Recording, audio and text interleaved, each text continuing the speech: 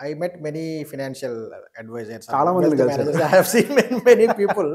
So the moment we ask the advice, right? So normally they'll suggest only one large cap fund, one mid cap fund, one small cap fund, one flexi cap fund, one multi cap fund, one multi asset, one dynamic asset allocation, something like that. But I have never seen where a person suggested sectorial and thematic funds. I know నాకు ఒక దమ్మున్న advisor అంటే ఒక రేవంత్ ఒక్కనే చూశాను నేను, అంటే ఇంత చిన్న ఏజ్ లో. Because I know you are the greatest fans, right? So one of the greatest fans of thematic and sectorial, sectorial and thematic funds, yes, right? yes. So మీలో ఈ కాన్ఫిడెన్స్ ఇంత ఉండడానికి, అంటే సెక్టోరియల్ థిమాటిక్ ఫండ్ పెట్టాలంటే చాలా research అవసరం, దానికి చాలా ఇది ఉండాలి, ప్లస్ క్లయింట్ యాటిట్యూడ్ కూడా మీరు దృష్టిలో ఉంచుకొని లాంగ్ టర్మ్ అయితేనే పెట్టాల్సిన అయితే, because they are very like high risky funds, right?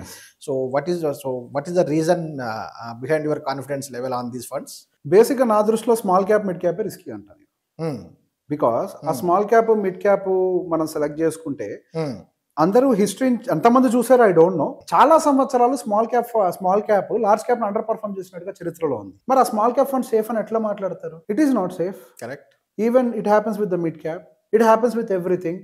So basic ఇక్కడ ఇంకో మాట కూడా ఆలోచించాలి. ఒకవేళ నిజంగానే ఇవి గనక అంత riskier funds, and of course there is risk there, select చేసుకోకూడని ఎలిమెంట్ అయితే సెబీ ఎందుకు అప్రూవల్ ఇచ్చింది?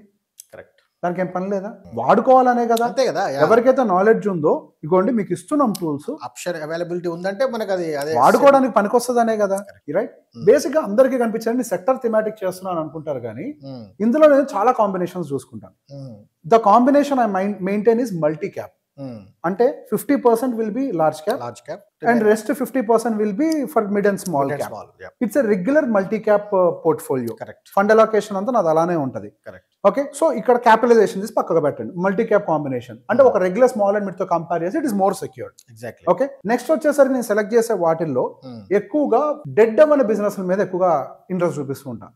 లైక్ కన్సంప్షన్, ఎఫ్ఎంసీజీ వైపు, బ్యాంకింగ్, ఫార్మాసిటికల్, అండ్ గ్రోత్ కోసం ఐటీ, రైట్? ఒక కాంబినేషన్ మెయింటైన్ చేస్తూ ఉంటాం.